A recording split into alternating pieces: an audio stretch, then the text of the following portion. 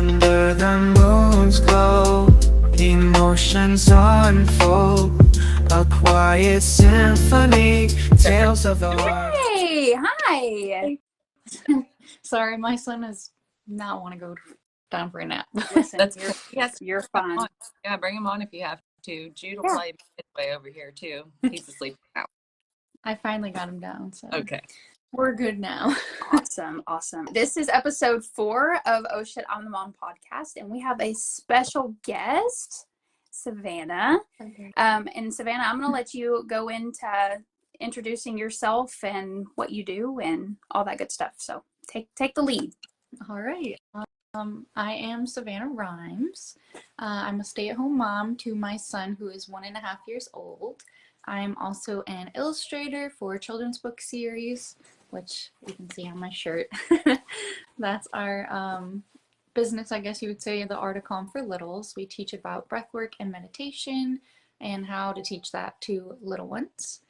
And yeah, that's pretty much what I do, I would say. As far as things about me, I love anything about art or music. I love helping people. I've went to nursing school. I've been a CNA. I've worked with children pretty much my whole life. So yeah, now I get to utilize all of those tools that I have to raise my own baby. That's awesome. And hopefully share that with as many others as well. Yeah.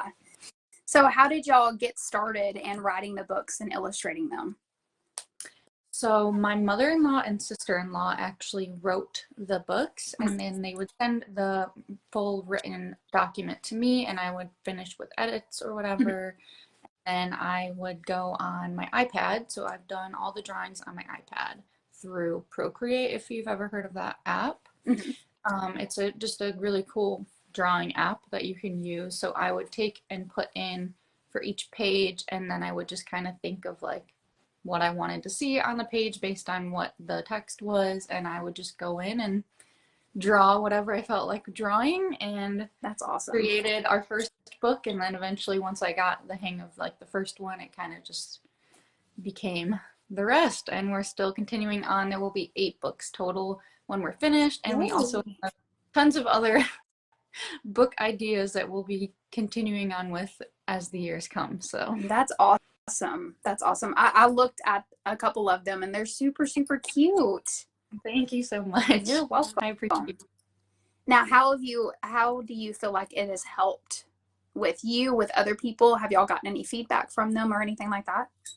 So my mother-in-law and my sister-in-law, I have a niece who is 3 years old now. So when we first started creating the books, the first book, I actually have them, is Bee Breath, which the character is my niece, Serenity. So when we started that, we started teaching this to my niece when she was around like 2 years old, a little older than 2. So we've been working on it with her for about 6 months now. And she struggles, obviously, like any other toddler, with big feelings. And she gets very angry, and her initial thought is to bite or hit, which is a general thing that toddlers will do when they're having big feelings because they don't know how to express them. Right.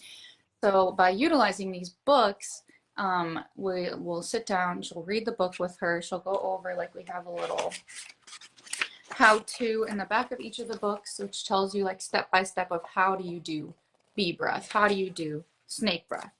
So Bee Breath and Snake Breath are our first 2 books, which are going to be really good for like your littler children because it uses like a fun sound of breathing in and exhaling your feelings and everything out like a bee would. So you buzzing it out, or snake breath, so we're hissing out all of our feelings. And we also have Star Breath and Dragon Breath, which will be a little bit more of like using your imagination. So like imagining you're a bright shining star, and then your star is dimming as you calm your heart and your mind. And same thing with Dragon Breath. This one's really good for like anger. My niece loves this one. Like I said, she struggles with her anger, so she'll now come up to my mother-in-law, instead of like coming up and hitting or biting her when she's angry, she'll say, "Grandma, I'm mad." So she recognizes what her emotion is. That's and then awesome. Instead of biting her, she will take a big breath in, and she'll go and blow it all out like she's blowing fire, like a dragon. And that has taken about 6 months for a 2-year-old to be able to recognize how she is feeling and how to go about that feeling. That's And awesome. that is incredible for a toddler Yes. to be able to do that. So we're interested and very excited to see how using these books for my niece, and obviously when my son gets to 2 years old, I'll probably start introducing them to him. We like flip through pictures and stuff, and he likes the sounds. But yeah, we're really interested to see like how it's going to affect them in the long term, especially for someone like me who didn't have that guidance growing up and has struggled a lot with my mental health and with even trying to understand what I'm feeling. You know, it's hard sometimes when you're in the midst of all these emotions. You're like, what's even going on? Right, exactly. And then it's even harder to figure out, like, what am I going to do about it? So I tell yeah, all the time, like, you're a grown adult and you can barely even, fluctuate your emotions. How do you get a toddler to know how to handle their emotions and express them? Like, because our generation really wasn't taught how to express our emotions, or, I think it's because most of our parents were from that generation of like kids were supposed to be seen and not heard and hoped a lot. And so our parents really know what to do better necessarily. They might not have whooped us as hard as they were whooped, but it was still very much do what I said, and that's it. Don't fight back or express anything you have because you're a child. Yeah, more suppress, not express. Yes. yes. Yes. So what is one bit of or one piece of advice you would want to give to a mom who's struggling with a child who doesn't know how to show their emotions? So first of all, every child doesn't know this. Right. This is why it's important for us to teach it to them, because a lot of people, I feel like, don't even realize that. Right. In general, like I said, sometimes it's even hard for us as adults to recognize those things. Right. So that's number one, is mindfulness. For you to be aware of your emotions and to display to them. That's the best advice I can give, is to model. Be their model, because children learn by watching what you do. For sure. And also, again, I've talked about this a lot on like my social media pages and stuff, of like, energy is everything. So when you're in those moments with your child, they are going to be feeding off of you. So being able to find that calm space for yourself is a big, big part of it. Because a lot of times when you're teaching this to a young child, especially amidst big feelings, like, you're going to be feeling that too. And you're going to need to calm yourself down so that then you can calm them down. And I guess a big tip I can give for using like our books and the breathing techniques, when they're having this big feeling, like, you're not just going to shove the big book in their face and say, hey, let's do bee breath, because they're freaking out right now. So that's not going to be the time to introduce that to them. You're going to allow them to have their feeling, to go through whatever they're doing, kicking, screaming on the floor, take 5 minutes, whatever. You just sit there with them. You get down on their level, you sit on the floor, you start calming yourself down, taking some deep breaths, and they're going to see you doing that. Right. And then eventually, as they get older and you start introducing these books to them and the breathing techniques to them outside of the big feelings, after they've had the tantrum, you will sit down with them and you will talk to them and you'll say, how are you feeling? I saw that you were doing this. Maybe you were feeling like this. So, just having those conversations with them once they're calmed down. And then a great way to like introduce the book, so this is what we do with my niece, is just at nap time. So when calming their bodies, calming their minds, we want them to be still and present in their minds and focusing on how to really calm your body down completely. So a really good way to introduce that, like I say, is like nap time, or just a quiet time in the day whenever you have that quiet time, whether it's before bed, before bath time, whatever works for you and your little one. But that would probably be my best advice for starting this process. That's good. That's good. What are some of your goals? Of my goals with our books, or just in general? Both. My goals with our book series specifically is to just get it out there to as many parents and little ones as we can. Like I said, a lot of it is just people don't know. There's a lot of misinformation. My mother-in-law specifically, she has she's an former educator. Mm-hmm. She worked with a lot of troubled kids and saw a lot of really messed up stuff, Right. to say the least. And I've seen, things like that as well, working with children. And a lot of it, again, is just not knowing. And one thing that my husband always tells me is when you know better, you do better. Mm-hmm. So the more we can teach this to people, the more we can get people to know that this is something you can do with your child. This is a way that you can work through these big feelings that your toddler's having. That's going to help them in the long run. And yeah, that is really our biggest goal, is to just get it out there to as many little ones as we can, so that they can have the opportunity to understand their emotions and grow and be able to function as an adult and not struggle through every twist and turn that life has. Mm-hmm. So, what is the best way to get it out there? Are y'all more on Facebook, or y'all more on TikTok, Instagram? So we are on all of the above. Okay. I run our TikTok account, and then we are also on Instagram. We're also on, my mother-in-law posts like guided meditation videos on YouTube, and that's awesome. are also on Facebook as well. So yeah, we're on all of the above there. We actually also just taught a class at the library from where I grew up, that someone reached out to me and asked if we would teach a class.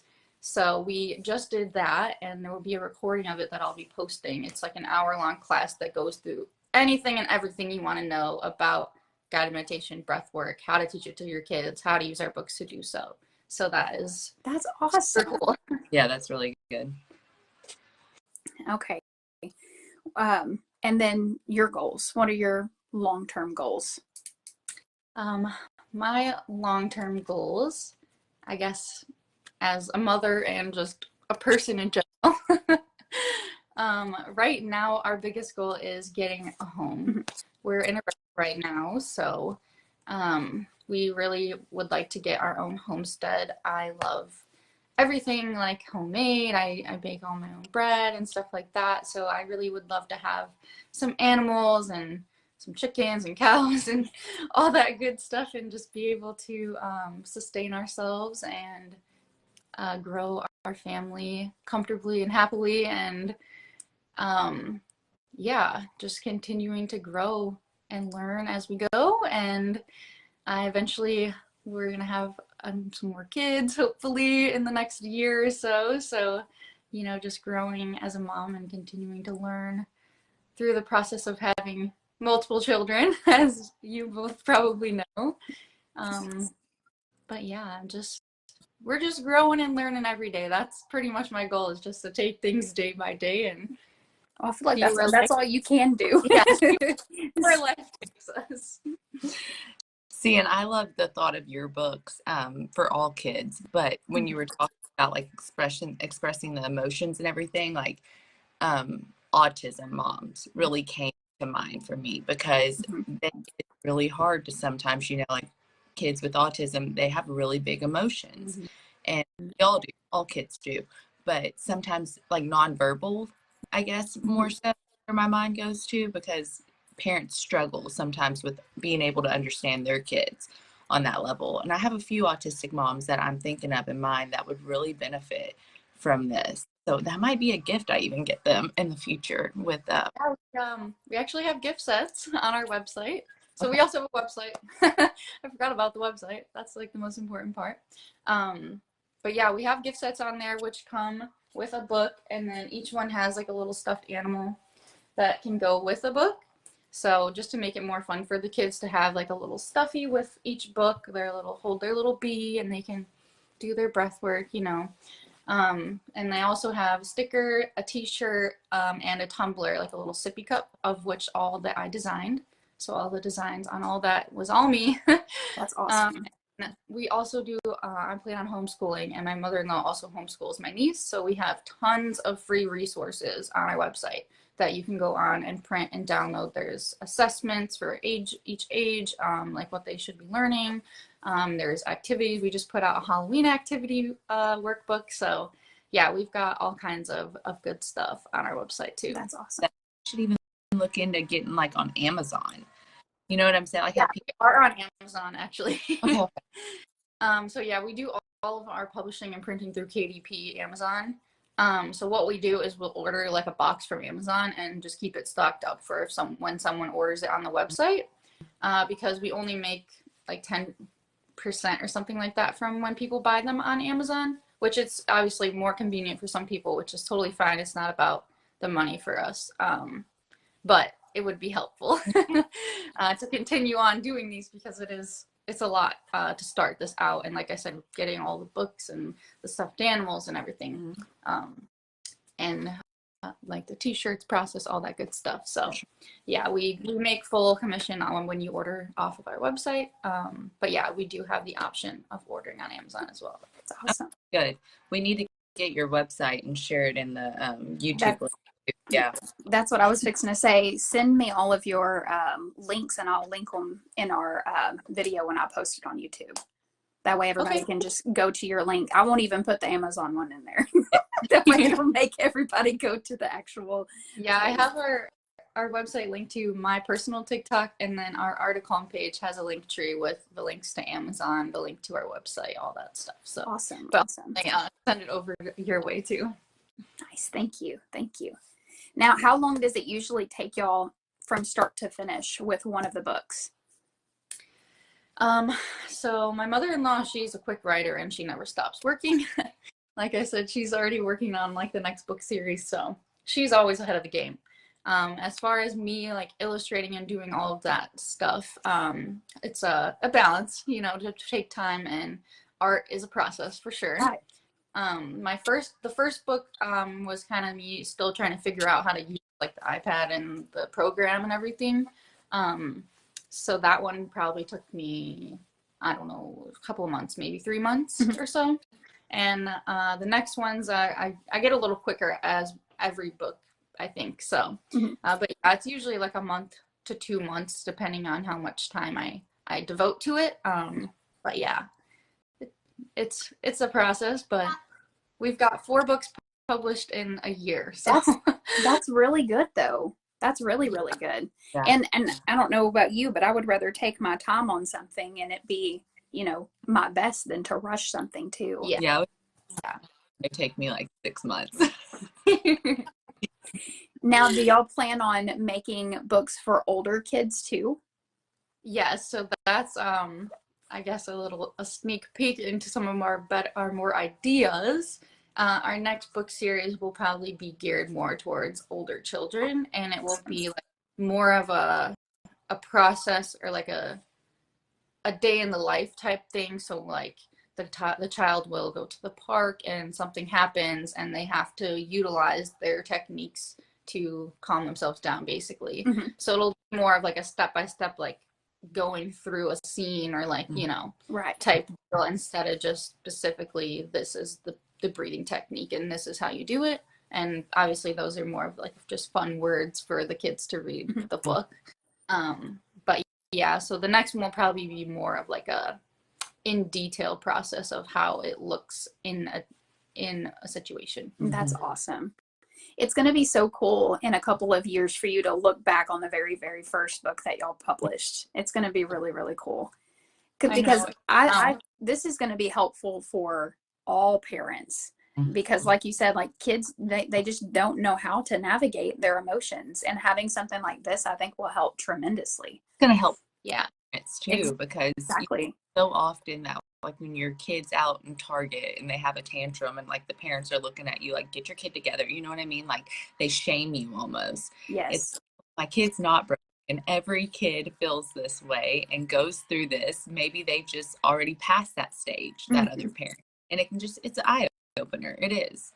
Well, and every kid is different too. And every situation is different. Those kids that have temper tantrums in Target may have not had a nap, or they may just be a little hungry, or they just might be overstimulated and not want to be in a store at that time. You just never know anybody's situation. Right. That's why I said too, like, it's going to be a process. It's not going to be, here's the book, this is how you do it, and done deal.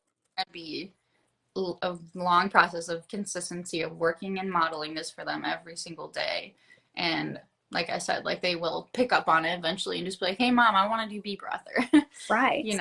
I think consistency is a big word too, because I think anybody can sit down and read the book one time, but actually putting those into motions whenever you're, you know, in the middle of whatever you're doing. That's going to help out a lot, I think. For sure. It's going to be something that I do. I know my first daughter, she wasn't as, I'm not going to say bad, but she usually never throws temper tantrums. Now my second one, I have a feeling we're going to have a little bit of issues with her. So they're going to help out tremendously. But yeah, she just turned 1. So whenever she turns 2, I'm definitely going to look into getting some, because yeah, I do think that will help. Yeah. And we also talk about too, the second author, my sister-in-law, she is a doctor of chiropractic as well as my husband is.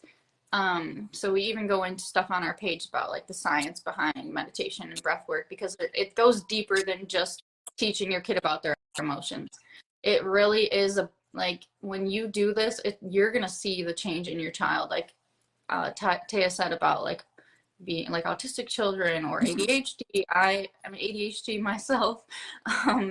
So just like you will, like I said, see that difference. And again, every child's going to be different. It's going to be a process. Right. It will look for every child. But like really taking the time to go through that process, like you will see the benefits of doing this, which for example, it can lower cortisol levels, so the stress hormone, because when you're taking your nervous system and calming your body and calming your mind, it's telling your body that, you know, everything's okay. And that's training your brain that in times of stress that you can take control of the situation. Right. So like as an adult, again, that's something that I personally struggle with because I wasn't taught that. And sometimes it just takes the simple thing of saying, hey, like you can do this. Like just having that confidence. So another big part of the process is going to be praising your children. Even if you sit and do the breath work for 2 seconds, you clap for them. It's a party. It's a party. Like, this is amazing. You are doing wonderful things. Like, and yeah, don't like get mad at your kid if they're not doing it right, or if they don't feel like doing it at this time, because that's really easy to get yourself, you know, worked up about certain little things. And yeah, that's going to be really important, is just to keep your cool and know that even if they're doing it for 1 second today, it's going to be 2 seconds tomorrow or 10 seconds in a week. So you just got to continue with the process and continue to learn how to calm your own self down.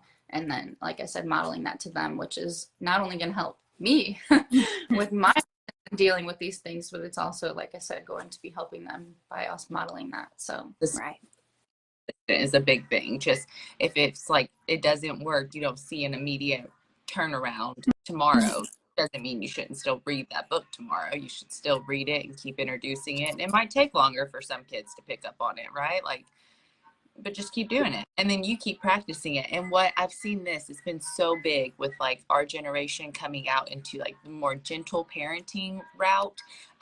If you're annoyed by your child, they're not the problem. It's your past trauma, and that you're putting that onto your kid.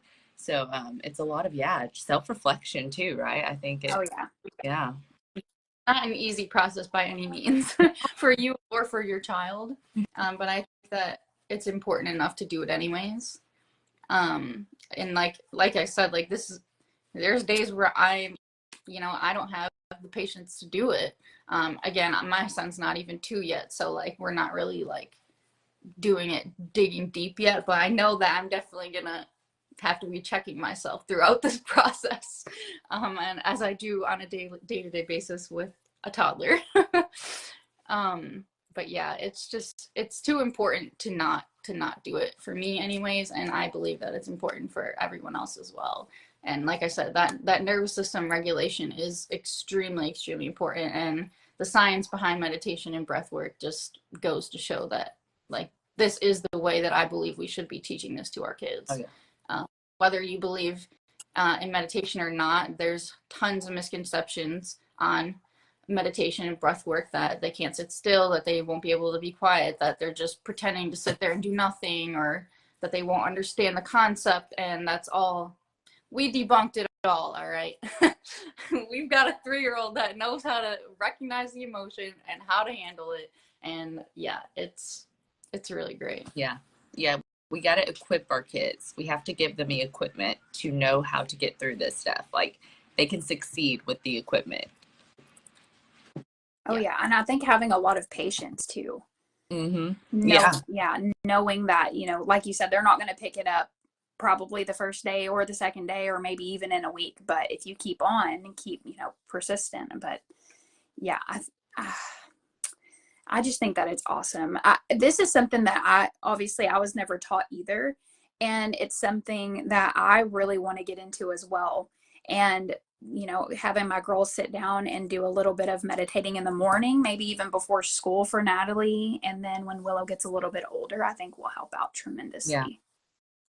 Yeah, even adding to that, like what a meditation practice would look like too, because again, it's going to look different for every child. But like, for example, like you said, in the morning, it might not be, you know, sitting down on the floor with a yoga mat, putting on meditation. You know, it's not going to be, it's not always going to be like that. It can be just as simple as you sitting on the couch with your morning breakfast and you just take a couple of deep breaths and that's it. You know, it can be just that simple. But again, it can also be a designated time, like I said before, nap time, where you take out the book, we read through the book, we get our stuffy, we practice a couple of our bee breaths or our snake breaths or whatever they want to work on. And then you literally say to them, we're going to calm our bodies and we're going to calm our minds and we're going to close our eyes, and they can lay on their bed, they can lay in a fort, they can sit and lay back in a chair. Like, it doesn't matter where they are, what they're doing. They, you know, they're gonna fidget most likely. If they're 2 years old, they're gonna struggle to sit still, but just keep reminding them that this is how we calm our bodies and this is how we calm our mind. And again, it's gonna take time for them to get there, but eventually they will get there. And again, like, my niece is only 3, but to see like where she's gonna be, where my son's gonna be when they're 10, when they're 14, when they're 18, going out into the world, and things are just being thrown. Like, we don't know what this world is going to be by then.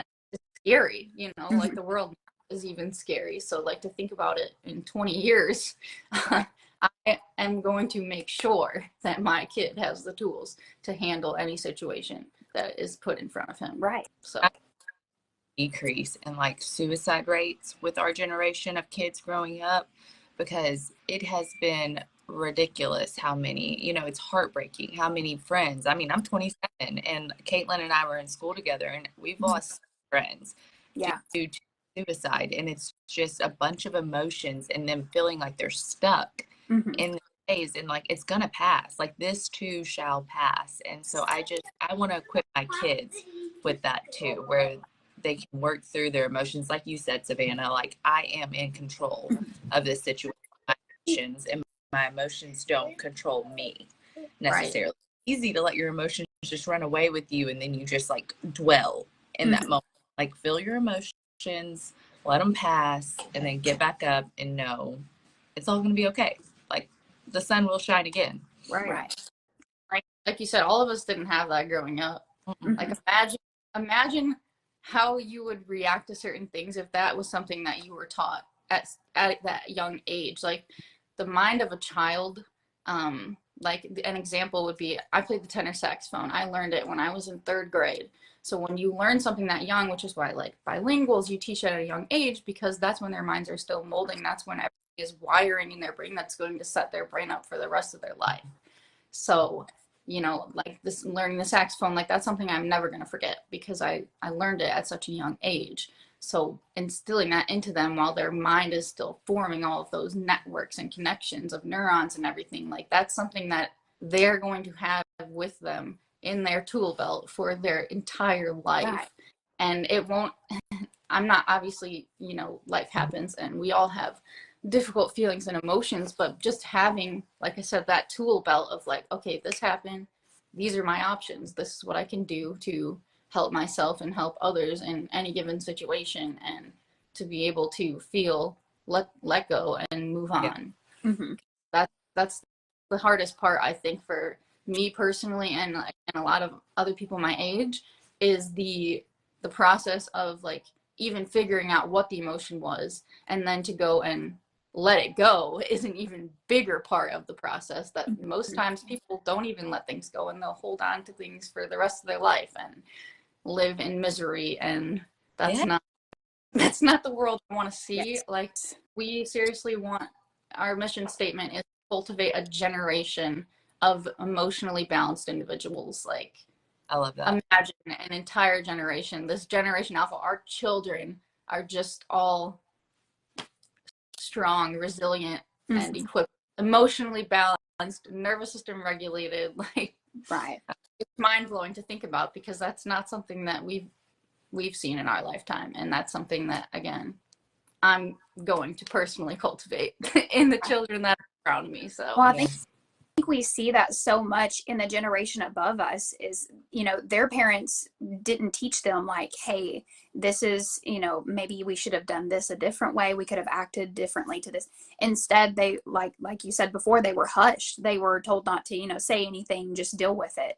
And to see that, like, in our parents, like, it's kind of sad to think about it, because they didn't have those tools that we're giving our kids now. And I think that that's good for us, because we're able to see that and want to make the change and want to do differently for our kids to make them a better person, which I think will make a better generation in the end. right. It does. I think it will too. I think it'll help out with a lot of the problems we're seeing right now. Exactly. From kids who have just been that, keep quiet and like they have a listening ear or anybody they can turn to, like just building, I think it even builds trust, like teaching your Absolutely. trust, like mom's going to be here to listen and not judge, and you can bring all your problems to me. And I want that open door for my kids. Absolutely. For sure. Well, yeah, because when your kids can come to you and feel safe with, talking to you about things, I feel like they tend to not get in as much trouble or make as many mistakes as they would if they didn't have that. Right. I can see. And not them like being able to come to you and trusting you, but instilling that trust in the parent is going to instill that trust in themselves, which is even more important, because as someone who has self-sabotaged and harmed myself countless times from mental health struggles and suicidal thoughts, negative thoughts, all that good stuff, I don't trust myself sometimes.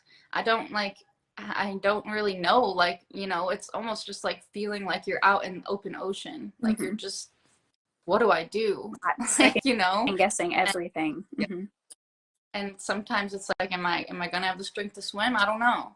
And I don't want that. I don't want that for my son. I want him to know that I have the strength. I can swim, and I will make it to that beach, and I will keep walking and keep moving.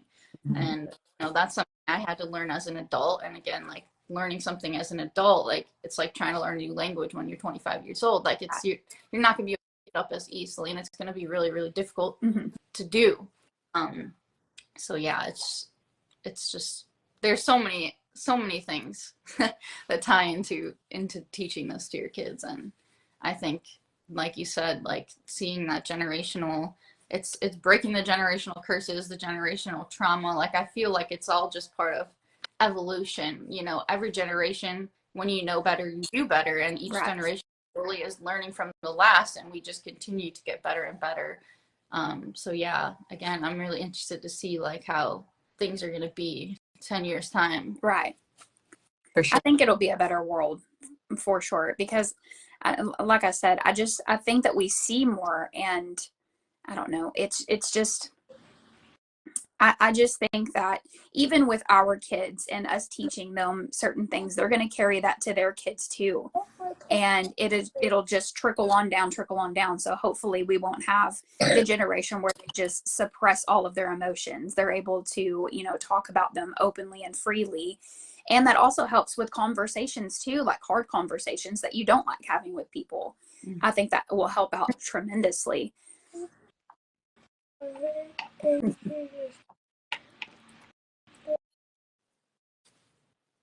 But yeah, well, is there any advice that you've been given that you would want to give to somebody else?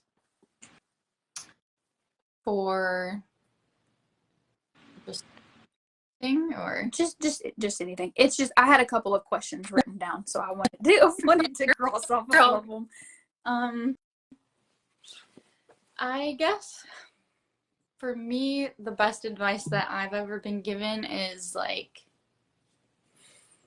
probably when I was in counseling. I went to a therapist for a few years when I was really, really, really struggling with, again, like negative thoughts and things like that. And the best advice that I've ever been given is that where you are today is not where you'll be tomorrow.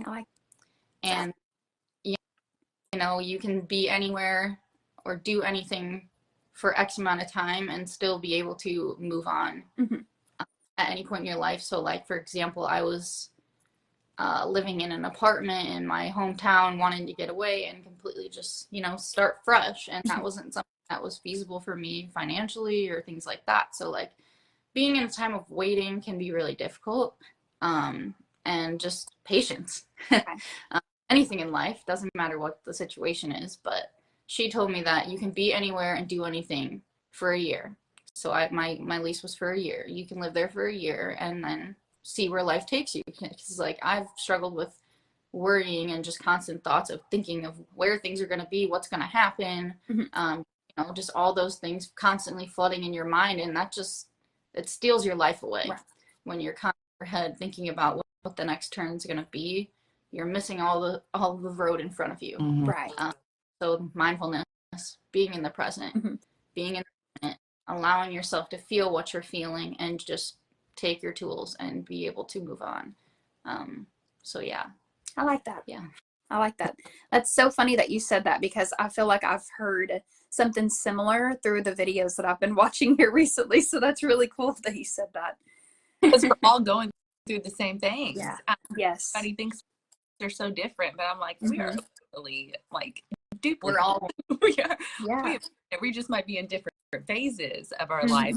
Been in that season, or could be in the same, or is going to experience a season. Right. People, yeah, they think they're all alone, and it's like, oh man, there's so many.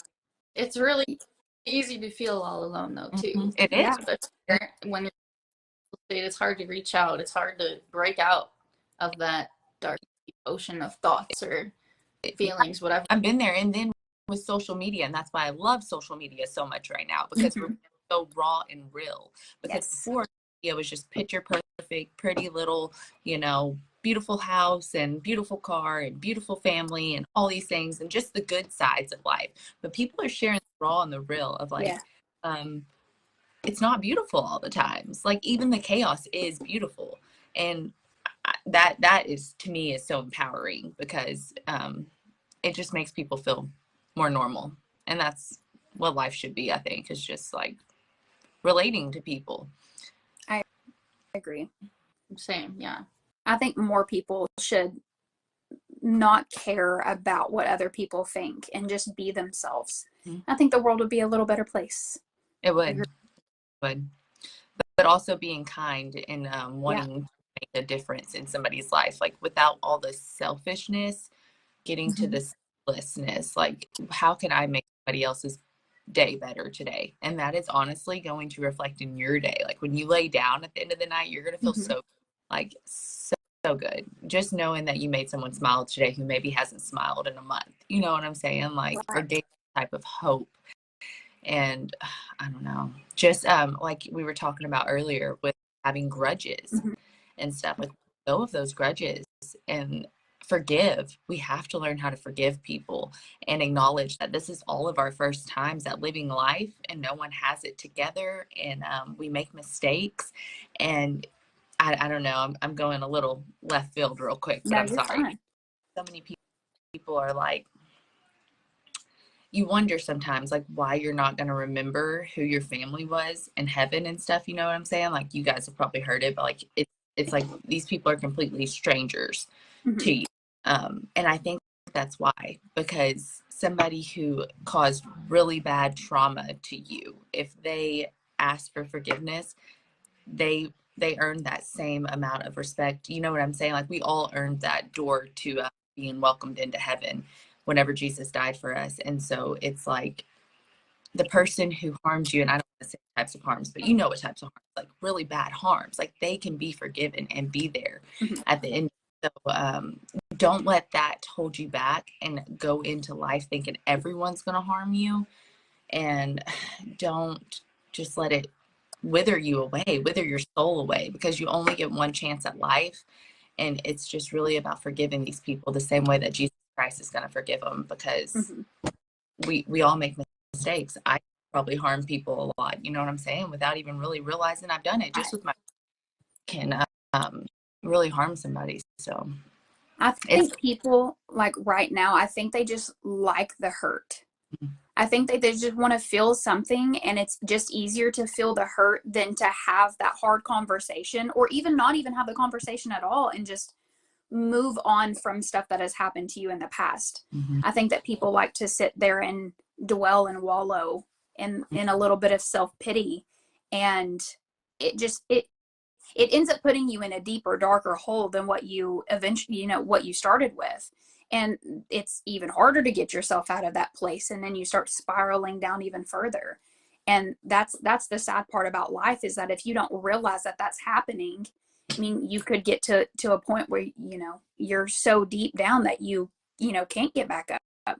It's just really sad to see. I have family members that are kind of like that they just live in the past, and it's sad to see the life that they've made for themselves. It's just so lonely and miserable, and I don't want to live my life like that.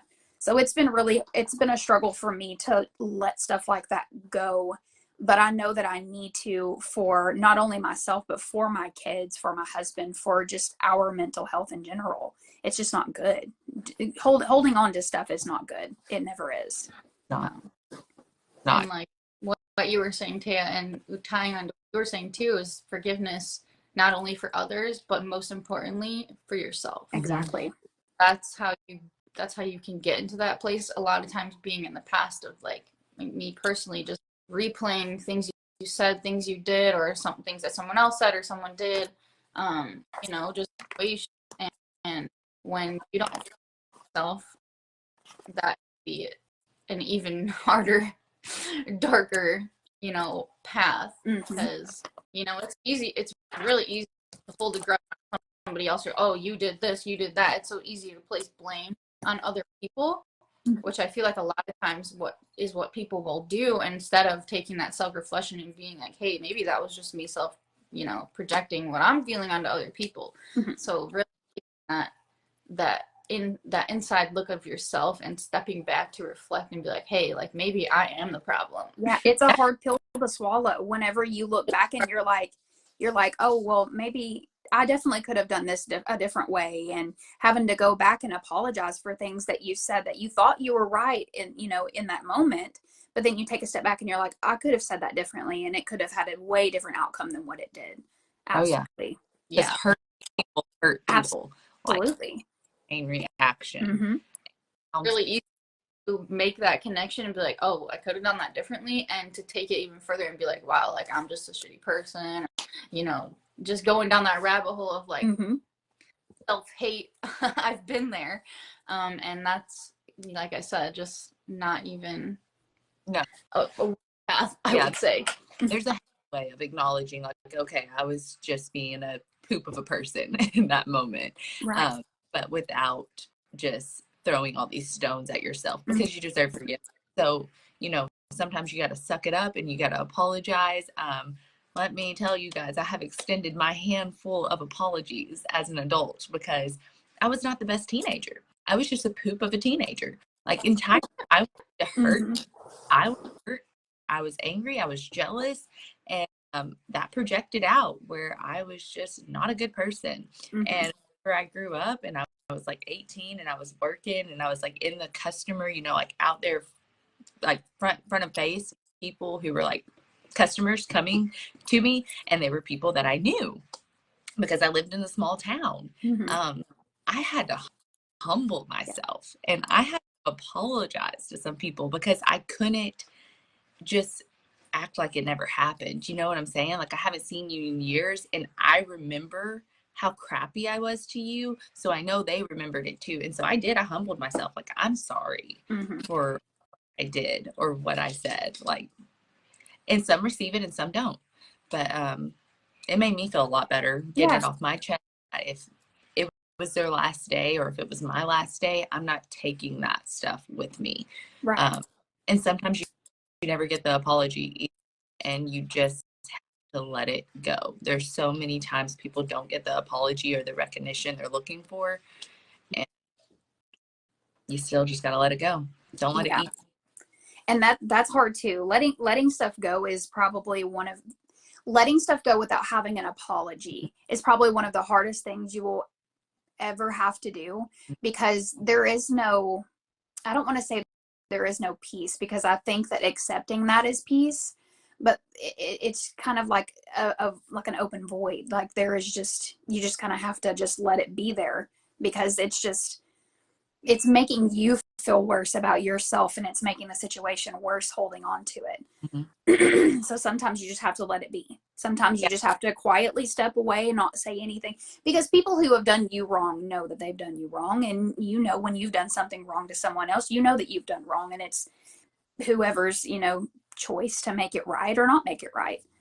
Right. It's like relive a situation. Like when you put yourself in that moment telling the story, it's like just let it go, because you're putting yourself in emotions of that and stuff. And it's like, it just brings them all back up again. So yes. Great analogy for that would be, like you were saying, I would equate it to like an open wound. So, we've got our open wound, and we don't want to pick at it. We don't want to mess with it. Continue, you need to let it sit and heal. And that's what it was meant for. Just a situation, everything happens for a reason, and you may not know why that is happening at this time, but later in life you'll look back and be like, oh, that's why that happened, because it allowed me to grow, allowed me to take that and allow myself to heal and move on.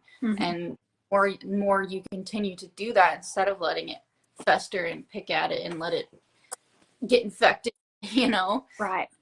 You allow yourself to take the time to heal, because I feel like a lot of times with situations where you're saying, where like something happens and we don't get that apology, we don't get that closure that we're looking for, a lot of times that's just because that's the way it was supposed to be. Because if it did continue to pick it, it's not going to heal. Right. So that's the purpose. Yeah. I've tried getting into the habit of, if I'm feeling a certain way, hey, are you cooking yourself something? Will you cook me something too? Yes. Yeah. Thank you. Sorry. I forgot what I was saying. Oh, whenever I'm feeling a certain type of way, I usually like to sit down and have one conversation about it, talk through it, and then I'm good. But because what are you doing? Looking for that other thing. You're distracting me.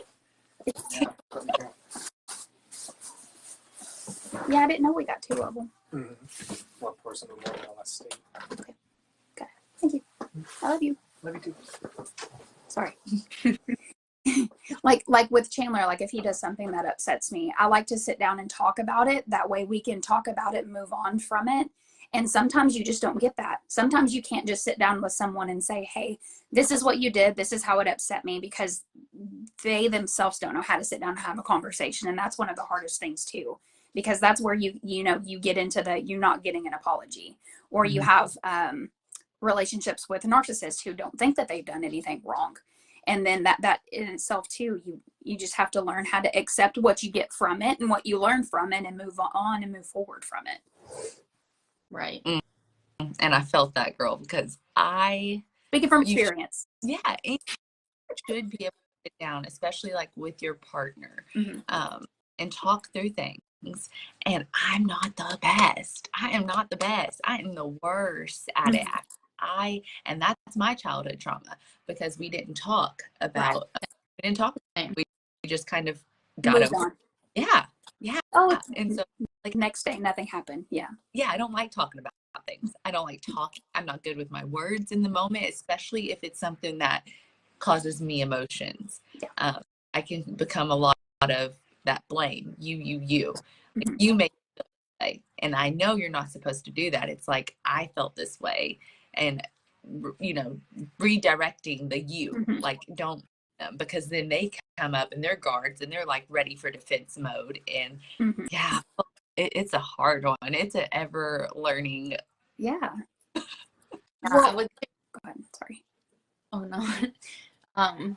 For specifically like with your partner, like I'm a lot like you, Taya. I struggle with communicating and being able to like say what I'm trying to say, and a lot of times it will come out of like you made me feel like this, but you are the only person that's in control of your emotions. You are the one that reacted that way to a certain thing, and they might have no idea of why that you know were triggered by a certain thing or something like that.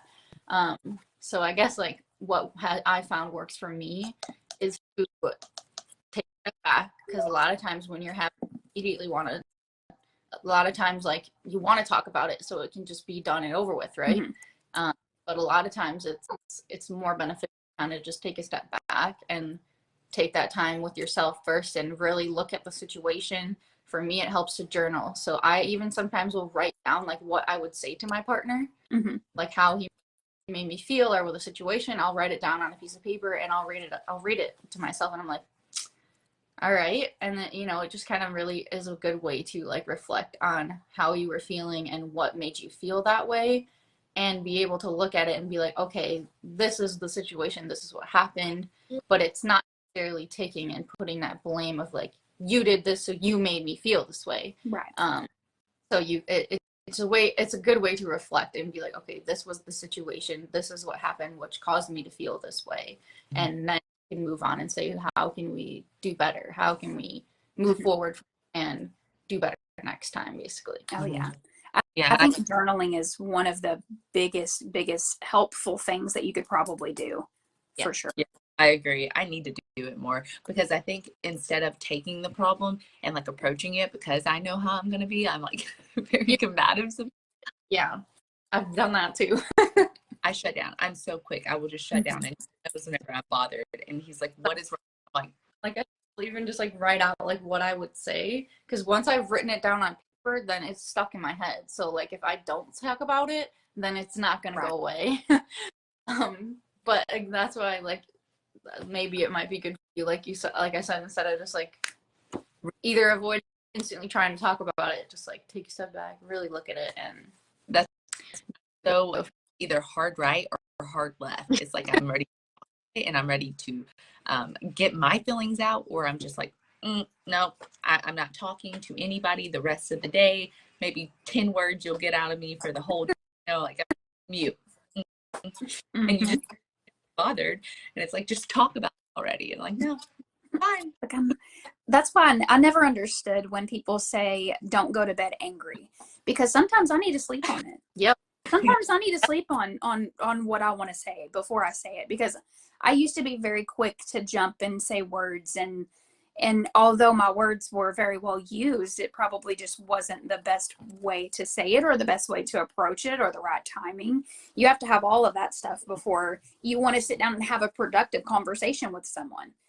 And that's just kind of how it is. You gotta know how to, take them too, and there's a lot that goes into it. And I've even heard where you should ask the person who you want to speak to, are you ready to, you have to make on a receiving end where they're going to listen and take it in. And my husband and I like planned out a sit down conversation before, like, he's at work all day, I'm sitting here at home, stay at home mom, that's all you can think about.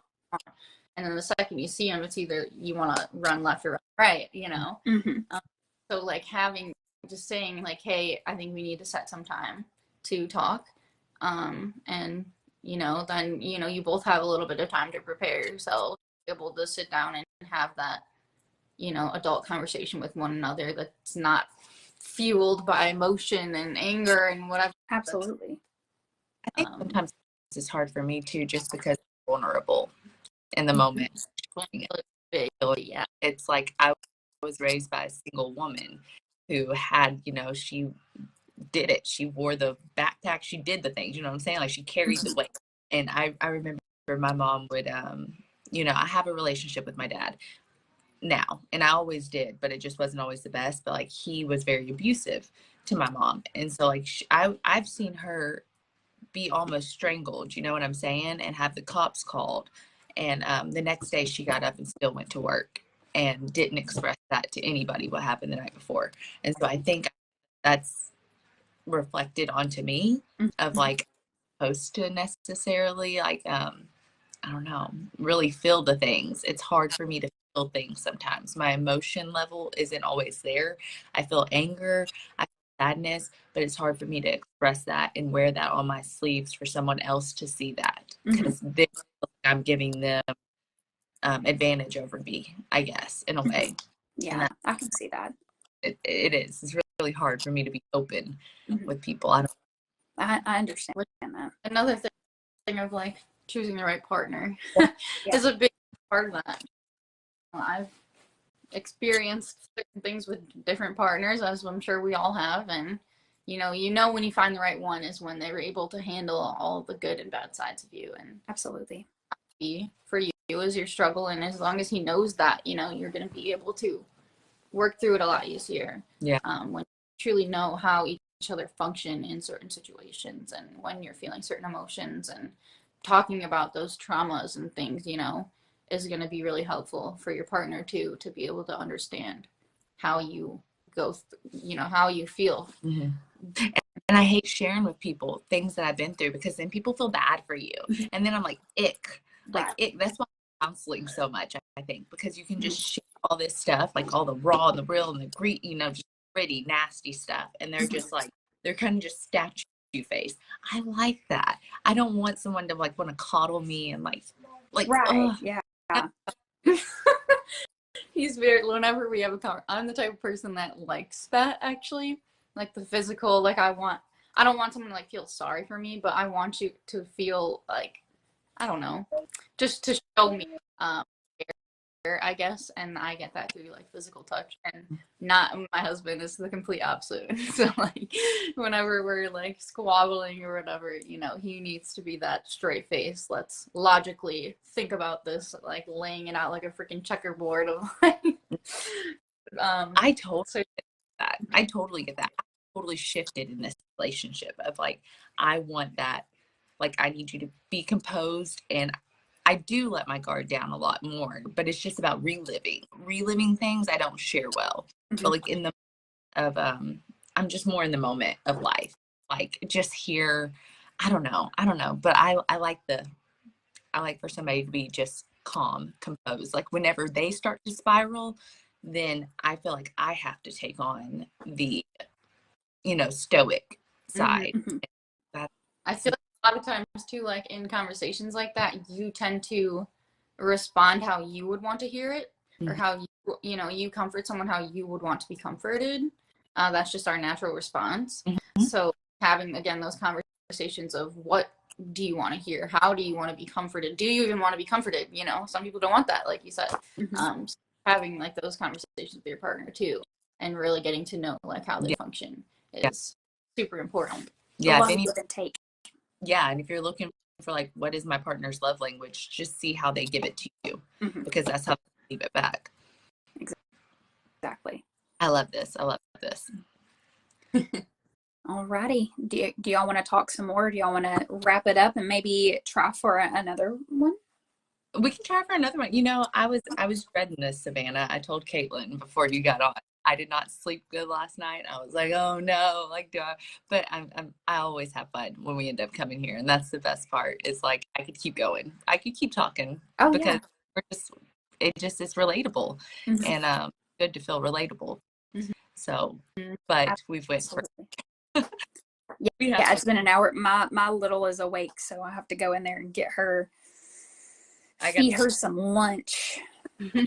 Girl wakes up hungry. Yeah, sure. Will you give me a popsicle, please? Please. Well, go get her a popsicle. And well, this has been episode 4 of the Oh Shit, I'm a Mom podcast. I'm gonna get it right one of these days, I promise. Thank you, Savannah, for coming on and being our first guest. It was great having you. Thank you so much for the opportunity and allowing me to talk about our books and all that. So I really enjoyed talking to you guys. Absolutely. And we'll have you on again for sure, because this has been awesome. This has been great. Yeah, love to. Anyway. All right. right. I'm Taya. I'm Kay, and this has been Oh Shit, I'm a Mom podcast. And we'll Episode see y'all Bye. episode 4. We'll see y'all next time. Bye.